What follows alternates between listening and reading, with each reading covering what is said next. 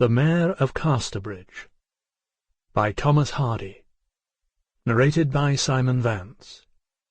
This unabridged audiobook was produced in the year 2010 by Tantor Media, Incorporated, which holds the copyright thereto.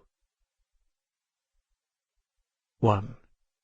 One evening of late summer, before the 19th century had reached 1/3 of its span, a young man and woman, the latter carrying a child, were approaching the large village of Weydon Priors in Upper Wessex on foot.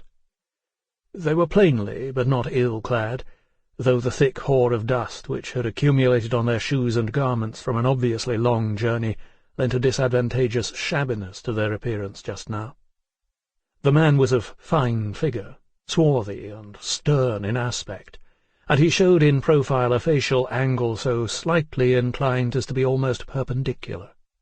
He wore a short jacket of brown corduroy, newer than the remainder of his suit, which was a fustian waistcoat with white horn buttons, breeches of the same, tanned leggings, and a straw hat overlaid with black glazed canvas.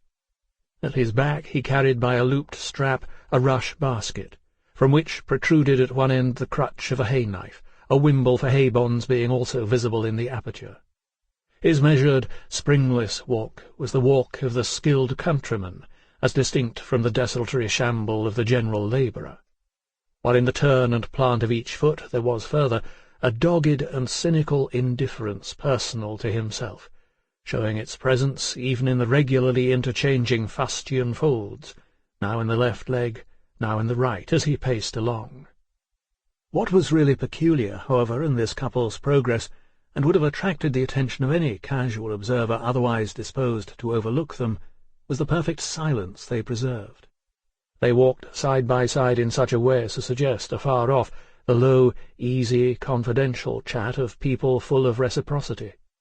But on closer view it could be discerned that the man was reading, or pretending to read, a ballad sheet, which he kept before his eyes with some difficulty by the hand that was passed through the basket strap.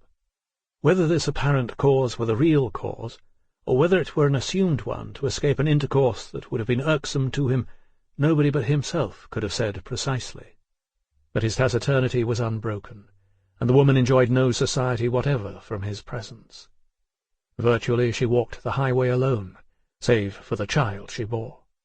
Sometimes the man's bent elbow almost touched her shoulder, for she kept as close to his side as was possible without actual contact, but she seemed to have no idea of taking his arm, nor he of offering it. And far from exhibiting surprise at his ignoring silence, she appeared to receive it as a natural thing. Sample complete. Ready to continue?